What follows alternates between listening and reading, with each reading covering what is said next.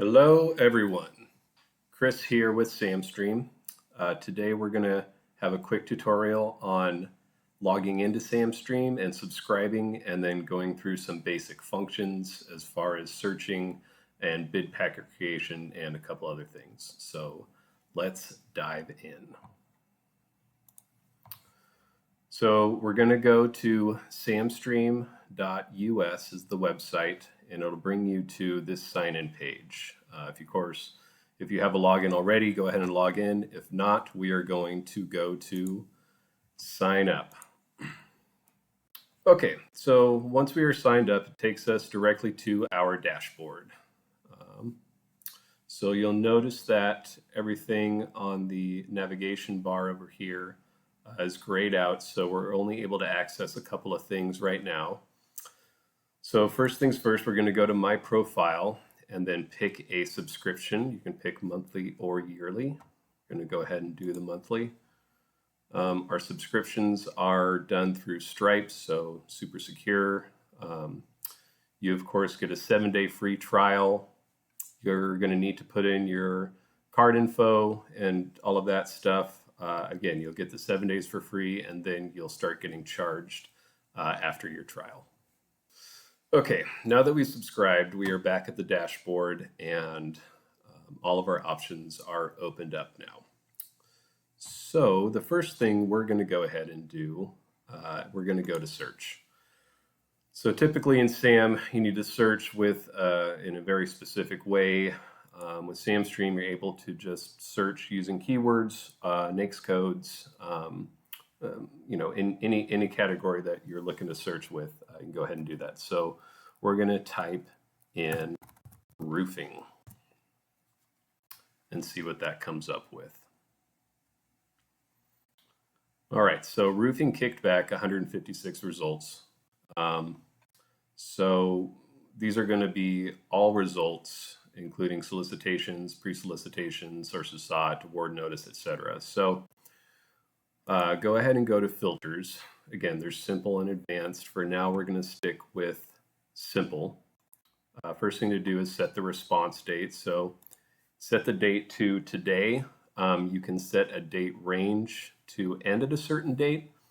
However, if you don't input this value, then it'll just go till infinity. So we can go ahead and set this here, and that'll look for any contracts that have a response deadline from today till whenever. And then right now we're only interested in solicitation and a combined solicitation. So let's go ahead and click those two, and then click filters again, and it'll collapse that menu. So that dropped us down from 156 to 27.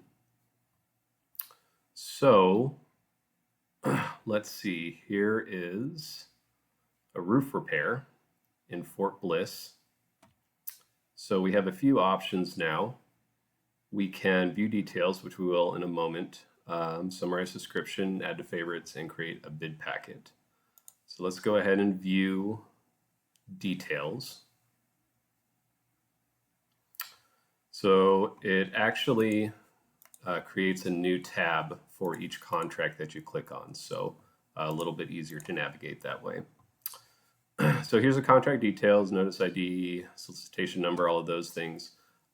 This description is pretty summarized, but if you summarize the description, especially longer ones, it'll give you a much more condensed description of what the government is looking for. So of course, description override is what SAMstream kicked back out. The original description stays here. So maybe we'll look at another one here in just a little bit. So again, a couple options up here. Here's contract history and attachments. We can go down here to learn more about the specifics of the solicitation. Down here at the bottom is actually a link to sam.gov if you wanted to look at that. And then we can collapse all this back down by clicking again. So we're going to go ahead and add to favorites, which will show up over here under favorites. And we're going to create a bid packet, which will show up here under bid packets. Okay, so let's go down to favorites. You can see the favorite that we added is here now. And of course, you can click on it to go straight back to the contract details. Auto search, we'll discuss these in more of the advanced features section, but for now, let's go down to bid packets. So before we get into our actual bid packet management, we're going to start with our base documents management. So let's go ahead and add core data. So basically company name, contact info, primary and secondary, put in all of your SAM information, UEI, cage code, things of that nature. Under company background and company values, you don't need to put that much if you don't want to. However, the more information that you are able to provide, the more comprehensive and well-rounded all of your documents are going to be. So I'd try and give as much information as possible. So once you fill in your core data, you will notice that your root cover letter button is going to turn from this lighter blue to a darker blue, which means that we can now click on it and fill out our root cover letter, which will cost 1 credit, which we will discuss credits at a later point. But during your 7-day free trial, you will have enough credits to create the root cover letter and the capability statement, and then do a bid packet management. And again, we'll discuss purchasing more credits at a later point in the video.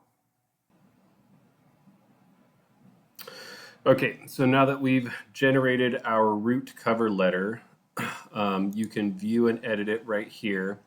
Now your root cover letter is going to pull all of its information from the core data that you put in there.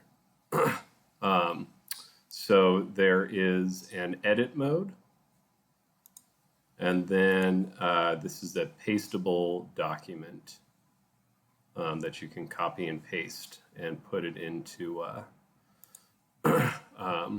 docx or something of that nature. If you'd like to regenerate your root cover letter, it will cost 1 credit. Again, we'll discuss credits later in the video, but you can regenerate it, and that's only if you update your core data. So now that this is done, this button for our capability statement has popped up. So we're going to hit this, and this one will have some fillable fields that you'll need to put in. Again, I'd recommend trying to put more than less. You know, the more specific information that you can put in here, the better your capability statement is going to be. A quick note about halfway down these fillable fields, sustainability practices is a toggle switch, yes or no, or you can just keep it not applicable. That's basically if you're a company that leans towards sustainability, green practices, things of that nature. Same with diversity and inclusion initiatives, affirmative action, equal opportunity, things like that. Special equipment and technology is basically just if you have some really cool or industry-specific equipment or technology that you have, you can list that here. And then custom section is anything that maybe wasn't listed in some of the, you know, the basic boxes up here. So now our capability statement has been generated, similar to the root cover letter. You can view and edit right here, which will pop up a new tab. And again, similar, there's an edit mode and a pastable document. And regenerating that would cost 1 credit. So unless you want to update this we can just leave that for now. So now we're going to go down to our bid packet that we had picked. So the first box here, and we'll talk about these buttons in a moment. The first box here is the project specific cover letter, which this is your root cover letter. So every contract or solicitation you're looking to bid on, you're going to have a specific cover letter for that specific contract. So we're going to hit generate document. The AI will do its best to autofill as many fields as possible. Strategic partnerships are maybe subcontractors you have or people you're doing a joint venture with. Obviously, services and products offered are what you're going to provide for the contract. Proposal validity period. Some contracting officers would like your quote to be valid for 30, 60, 90 days, something of that nature. I think 60 days is pretty standard, but this could be project specific. So now that we have our project specific cover letter, similar to above, you can click view and edit. Edit mode allows you to save the changes again, and pastable document you can copy and paste down into a separate program. So regenerating costs 1 credit, as the original generation costs 1, but any regeneration also costs a credit. Technical proposals, we're going to generate one of those as well. So when this pops up, there's going to be a few options. So first off, this toggle switch right here is going to go from simple to advanced. So if you want just a very a shorter cover letter that kind of covers the basics, then go with simple. That's going to cost 2 credits. If you want a more in-depth cover letter that's a little more comprehensive and has some more details and just more in it as far as content and page count goes, then click the advanced. That's going to cost 10 credits because it's a lot more computing power and time for it to create that. So for now, we're going to go with simple. And we have a couple options as far as the AI needs files to look at and digest so that it knows what to create for your document. So you can hit browse and go ahead and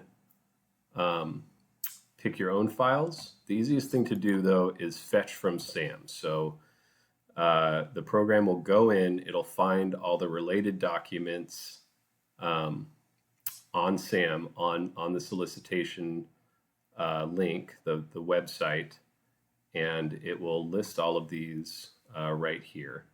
For the most part, you can use most documents. There's a couple it does not like currently.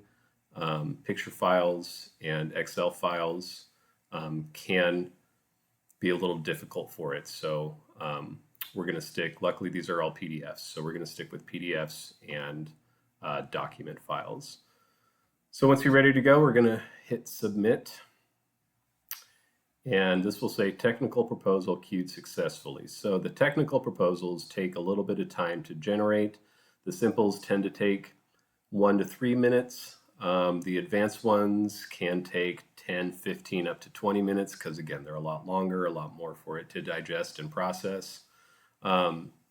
This circle right here will keep spinning while it's generating. So you can go ahead and leave if you'd like, and then come back, and it will keep the same state until it's done. So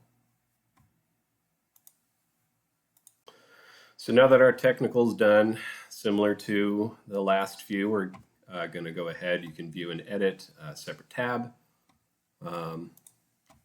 Edit mode allows you to change whatever you need to change within this format right here. You can go save changes, or again, view pastable document, which will go into a separate program if you'd like it to. Last button here is email to POC. So this will create an email to the point of contact for this solicitation. It's this Franklin Godinez or Godinez, and you can go ahead and hit that, and it'll generate an email that can go straight to the point of contact for the solicitation. Okay, so now that we have all of our base documents and bid specific documents, we're going to go look at a couple other things here. So these buttons up at top, I'm going to go a little out of order. So first off, we're going to talk about past performance.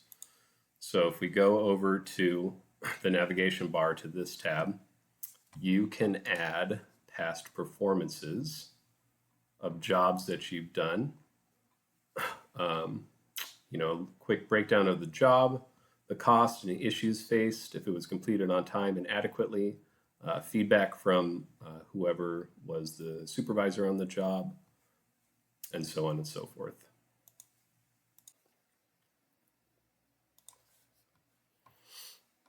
Okay, so once we have a past performance put in here, you can go back to bid packets and link one of those, and then just click on whatever one you would like to associate with this bid packet. Once that's done, or even if you don't want to do that, you can hit this download button. It will download a zip file of all of the documents for this specific bid packet. And then you can open that and look at everything that is in there. Last thing here, though, this is a drop-down menu. So this is basically for bid packet management. So current obviously is a solicitation that's still in process. You can pick won, lost, or deleted. Obviously, if you hit deleted, it will just delete the whole thing in its entirety. But if you have a bunch on here that you'd like to perhaps put in a different spot, you can hit won or lost. It'll change here, and then it will go into your archived area. So here we can toggle things that are archived and things that are not. So now that it's considered done, it'll be archived, but we're going to change this back to current, and it'll stay current.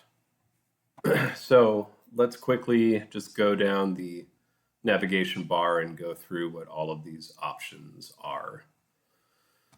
Search we covered already. NAICS search, that's the North American Industry Classification System code. So each industry has a certain code and sometimes subcodes for specific things you're doing. So you can either look by code or you can look by keywords. So again, if we type in roofing, because we're a roofing company for this tutorial, it will come up with everything associated with roofing and the NAICS code. So obviously these NAICS codes are the same one for these different types. So you can click on this and view details. It'll show you the product service code as well, the PSC. And you can go ahead and just write this down or copy it and put it into your capability statement or your root cover letter. Similar to the NAICS code, we can do a PSC search if that is helpful to you. Favorites, obviously, we had talked about adding these to favorites. Again, you can click on the link to go straight to the link within SAMstream, which pops up with a separate tab. History attachments, and then of course these drop downs, you can click the link to go to SAM if you so choose. Auto search is a cool feature that you can add an auto search for a keyword type, title, solicitation number, anything in this menu right here, um, point of contact, state, things like that. And basically what will happen is every evening or night when the database refreshes itself, it will scan all of your auto searches and then send you notifications, which if you're using the mobile app, will have a push notification on your phone if you turn that on. So this can be a really useful tool as far as automatic updates to you on contracts or potential future contracts that you are interested in. We discussed past performances, bid packets. If there is an issue with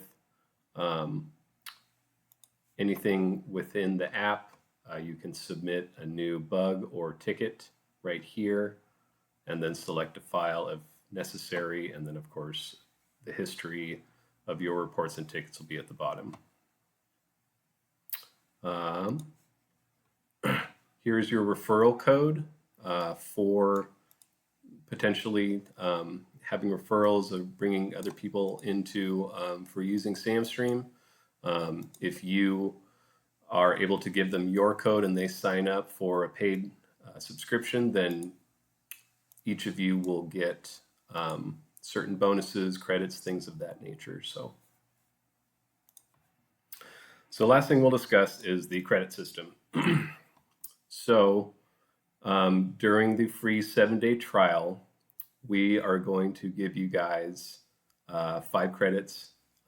It'd be 1 credit for the root cover letter, 1 credit for the cap statement. Basically, it'll be enough to get you through your base documents and a simple technical proposal and a simple bid packet that you can test out. If you're still in your 7-day free trial or you decide to do a paid subscription, you can purchase more credits. Paid subscriptions will get approximately 30 credits a month. That should equate to about 10 bids that you can do.